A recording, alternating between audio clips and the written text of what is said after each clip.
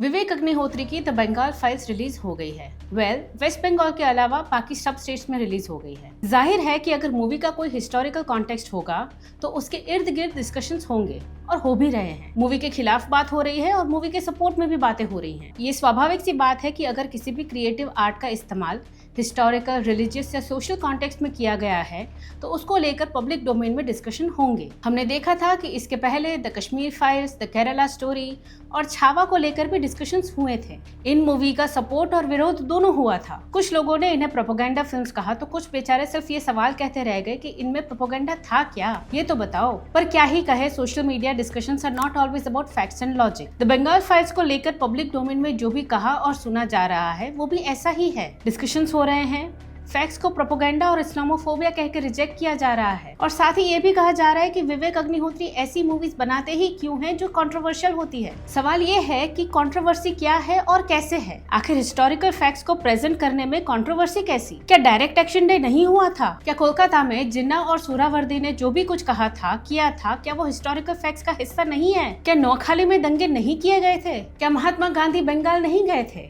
और क्या उन्होंने वहाँ अनशन नहीं किया था? और ये बात तो 100 साल पुरानी भी नहीं है। न्यूज़पेपर हेडलाइन से लेकर राइटिंग्स तक सब कुछ अवेलेबल है, तो फिर उसे प्रेजेंट करने में कंट्रोवर्सी क्यों और प्रोपेगेंडा कैसा? वेस्ट बंगाल में तो मूवी को किसी थिएटर में रिलीज भी नहीं किया गया, ट्रेलर्स तक रिलीज नहीं होने दिया। आखिर क्यों? फिल्म सेंसर बोर्ड से पास हुई है, जाहिर है कि एक ड्यू प्रोसेस के बाद ही पास हुई होगी। फिर लोगों को दिखाने न देने से पीछे क्या रीजन हो सकता है? स्टेट गवर्नमेंट्स के सपोर्टर्स का कहना है कि मूवी दिखाने की वजह से स्टेट में डिस्टर्बेंसेस हो सकते हैं। अगर ऐसा सही में कोई इंटेलिजेंस इनपुट है तो स्टेट गवर्नमेंट को एक बकायदा एक एग्जीक्यूटिव ऑर्डर इश्यू करना चाहिए, और स्टेट गवर्नमेंट ने ऐसा तो कुछ किया नहीं। फिर सवाल है क्यों? स्टेट में इस मूवी को ऑफिशियली क्या इसीलिए बैन नहीं किया गया ताकि मूवी मेकर्स के पास कोई लीगल रिकोर्स का रास्ता न बचे? अनऑफिशियल बैन के खिलाफ मूवी मेकर्स कोर्ट में जाएंगे भी तो कैसे? और वैसे भी हर तरह के डिस्टर्बेंसेस को रोकने का क्या स्टेट एडमिनिस्ट्रेशन का काम नहीं है?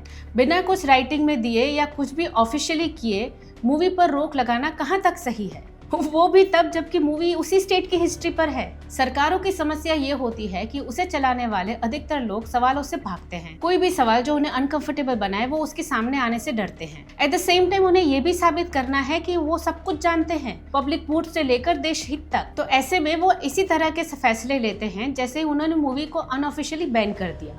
पर ममता बनर्जी सरकार इस अनऑफिशियल बैन को अपने स्टेट के लोगों के सामने कैसे जस्टिफाई करेंगी? पता नहीं ये सवाल पॉलिटिकल है या सोशल, पर है जरूर, और लोगों को इसका उत्तर खोजना चाहिए जिन्हें मूवी देखने से डिप्राइव किया गया है। ममता बनर्जी के सपोर्टर्स और विवेक अग्निहोत्री के हेटर्स एक सवाल अग्निहोत्री को लगातार पूछते रहते हैं कि क्या वो गुजरात दंगों पर ऐसी मूवी बनाएंगे। देखिए, ये सवाल लॉजिकल नहीं है, और क्यों नहीं है मैं बताती हूँ। गुजरात के दंगों को लेकर लगभग आधा डजन मूवी बनी है। ऊपर से उनके हर पॉसिबल एंगल्स पर बार बार इन्वेस्टिगेशन हो चुका है। उस समय की राज्य सरकार हर तरह के इन्वेस्टिगेशन और प्रोसिक्यूशन फेस कर चुकी है। इस देश ने उन दंगों पर एसआईटी से लेकर सुप्रीम कोर्ट मॉनिटर्ड इन्वेस्टिगेशन सब कुछ कर दिया है। सरकार ने ऑफिशियली या अनऑफिशियली ऐसा कोई भी स्टेप नहीं लिया है जिसकी वजह से गुजरात दंगों पर लिखने, मूवी बनाने या डिस्कशन करने पर रोक लगा दी गई हो। ऐसे में इस सवाल का कोई खास इंपॉर्टेंस नहीं बचता कि विवेक अग्निहोत्री क्या गुजरात दंगों पर मूवी बनाएंगे या नहीं। पर क्या यही बात डायरेक्ट एक्शन डे के बारे में की जा सकती है? क्या पहले कभी इस पर मूवी बनी है? इनफैक्ट डायरेक्ट एक्शन डे उस शहर में हुआ था जहाँ से सत्यजीत रे, मृणाल सेन, ऋत्विक घटक, गौतम घोष, अपर्णा सेन और ना जाने कितने कितने फिल्म मेकर्स आए हैं। सवाल तो इनसे भी होना चाहिए कि उन्होंने इस पर कोई फिल्म क्यों नहीं बनाई, और सवाल अग्निहोत्री से हो रहा है कि उन्होंने क्यों बनाई। और अंत में कहना चाहूंगी कि स्टेट गवर्नमेंट या जो भी पार्टी पावर में है उसे चाहिए कि लोगों को मूवी देखने से ना रोका जाए। लोगों की मेमोरी बहुत शॉर्ट होती है, वो थोड़ी देर के लिए अगर मूवी से कनेक्ट कर भी लेंगे तो पॉलिटिकल स्फीयर में कुछ नया हो जाएगा